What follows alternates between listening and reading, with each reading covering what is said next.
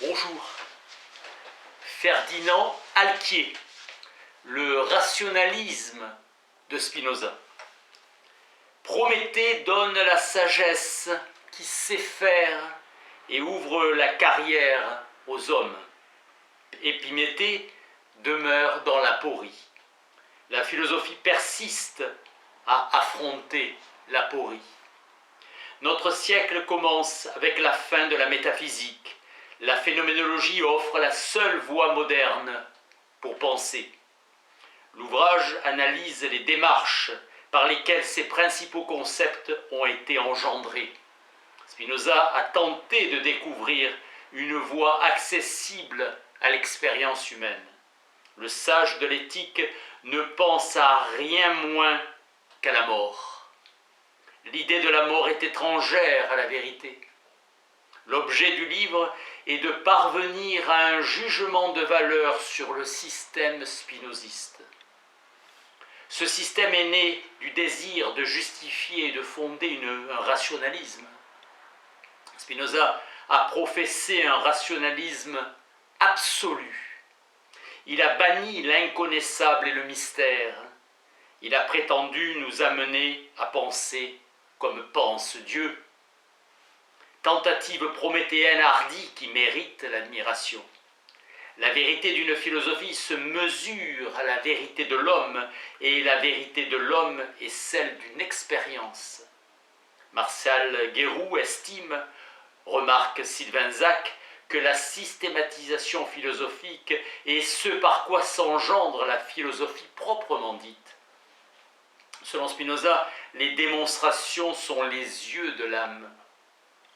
L'ordre des raisons constitue l'essentiel d'une philosophie. On comprend un philosophe en participant à sa pensée vécue, son expérience. Spinoza affirme qu'en suivant sa doctrine, on peut parvenir à la vie éternelle et à la béatitude. L'éthique est incompréhensible et je n'éprouve rien qui ressemble à la béatitude. Spinoza déclare que sa philosophie peut conduire au salut. Spinoza n'était pas athée. Guéroux déclare que selon Spinoza, le rationalisme absolu permet seul à l'âme d'accomplir cette union parfaite de Dieu et de l'homme qui conditionne son salut. Spinoza écrit que le fruit qu'il a retiré de son pouvoir naturel de connaître a fait de lui un homme heureux. Toute chose arrive par la puissance de l'être souverainement parfait. Spinoza a été sobre, maître de ses passions, affable, et exhortait ses amis à souffrir avec patience. Il abandonna son héritage à ses sœurs. Désintéressement, il préférait à tout la tranquillité de son âme. Au début, la religion a été donnée aux Juifs comme une loi écrite, car ils étaient comme des enfants. Spinoza admet à côté du salut par la philosophie un salut des ignorants que procure l'obéissance à la religion. Lagneau déclare que chez Spinoza la chasse à l'unité absolue est bien juive. Spinoza déclare comme Aristote que Dieu est la vie, mais l'entend autrement. Les Juifs tiennent Dieu pour inaccessible. Spinoza dit que la connaissance de l'essence éternelle et infinie de Dieu est adéquate et parfaite.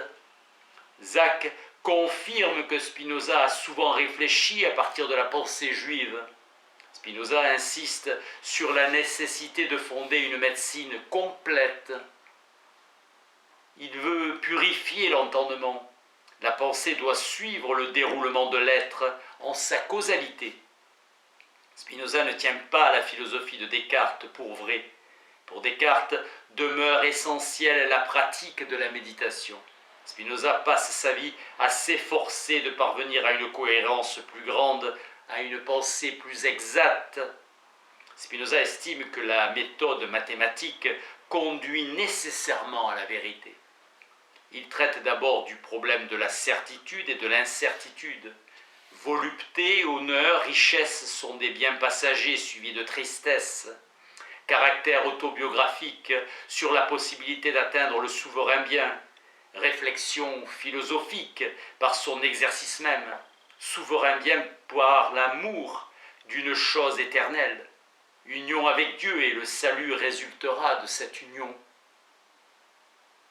L'amour de Dieu est dit intellectuel, la nature est une, éternelle, infinie, toute puissante et embrassant tout. La notion d'unité est dominante. Pour Spinoza, un Dieu transcendant serait un Dieu vide, un véritable non-être. Dans le langage scolastique, la cause immanente est celle dont les effets demeurent à l'intérieur du sujet agissant. Spinoza invoque l'unité que nous trouvons partout dans la nature. Spinoza rejette l'idée d'un entendement créateur. Il n'attache à la nature ni beauté, ni laideur, ni ordre, ni confusion. Dieu constitué par les attributs, Spinoza entend par attribut ce que l'entendement perçoit d'une substance comme constituant son essence. Dieu substance et cause de soi. L'essence de Dieu se confond avec sa puissance. Dieu agit par la seule nécessité de sa nature. Affirmation biblique d'un Dieu se définissant par la formule « Je suis celui qui suis ». Dieu cause de l'ensemble des modes. La science de Dieu ne se concorde plus avec la science humaine, pas plus que le chien signe céleste avec le chien animal. Le Dieu des chrétiens est amour et a créé le monde par amour. Spinoza écrit à Yarrig Geles en 1674 que la pure matière considérée comme indéfinie ne peut avoir de figure. La figure étant une limitation, une négation. Spinoza explique qu'un père qui aime son fils font un seul et même être. Il entend par idée adéquate une idée qui a toutes les propriétés ou dénomination intrinsèque d'une idée vraie. Rôle législateur de la raison. La raison ne demande rien qui soit contre la nature. Spinoza nous apprend que la joie ne peut être mauvaise, elle est bonne et que la gaieté ne peut avoir d'excès. Il bannit la pitié, l'humilité, le repentir. Ce qui importe, c'est de bien faire et d'être joyeux. Bannir la compassion et la crainte. La sagesse est une méditation, non de la mort, mais de la vie. Dieu est nature.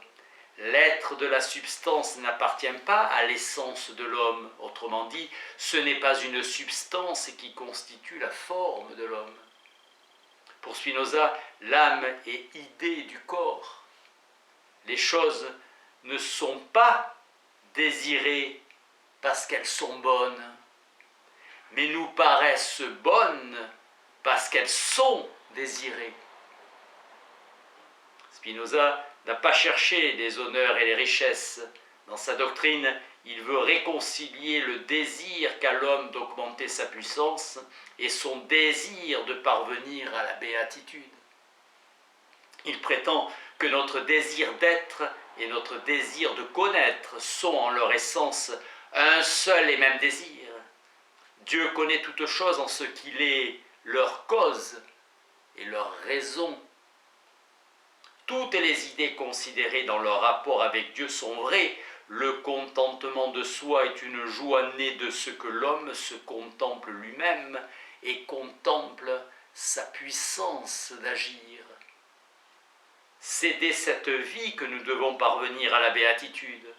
Spinoza combat les religions constituées. Il n'a besoin ni de foi ni d'espérance.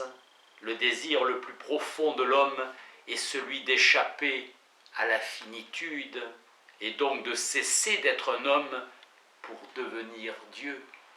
Merci.